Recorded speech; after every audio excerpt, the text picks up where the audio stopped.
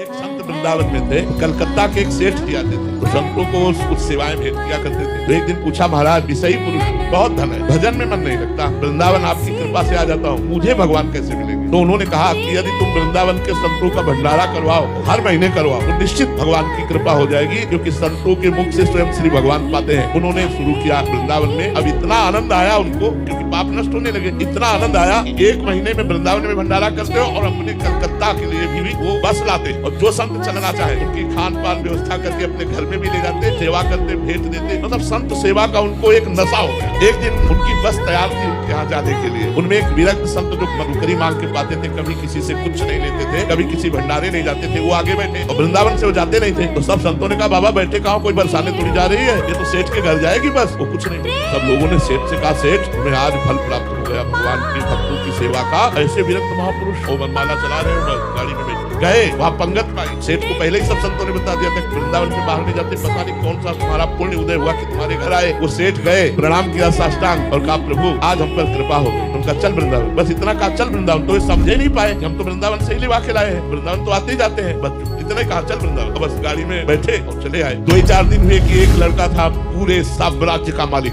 Accident में मारा गया। जो ही लड़का मारा गया, घोर दुख। जब इसका वैभव किसके लिए? तब उन्होंने मन में विचार किया, भगवान हम तो सुना था कि आप संतों की सेवा से प्रसन्न होकर के सारे दुख मिटा करके हमें भगवत प्राप्ति कराओगे, और संतों की सेवा सुना था इतने विरक्त संत आ रहे हैं, ये सुख दिया आपने। उन्होंने सब संपत्ति को जो चैरिटेबल है उनमें बांट दिया, और अब कहा कि अब जीवन किस काम का। पत्नी पत्नी वृंदावन आ गए और बास करके धाम जप करने लगे। फिर एक दिन संत मिले, बोले आ गया वृंदावन? बोले महाराज पूरी तरह से आ गया, अब कहीं नहीं जाना। और वृंदावन में शरीर दोनों का पूरा हुआ। ये है लीला। भगवान जब कृपा करते हैं तो ऐसी कृपा करते हैं कि अपने आप भगवान के पास आप पहुंच जाओगे। भगवान की कृपा नहीं, जिंदगी में वो माया नहीं छोड़ पाते, जिंदगी में मोह नहीं छोड़ पाते। संतों की सेवा का फल हुआ कि एक्सीडेंट रूपी लीला से उनका पुत्र भगवत धाम गया, और प्रगट में दोनों पति पत्नी वृंदावन वास करके भजन करके भगवत धाम को प्राप्त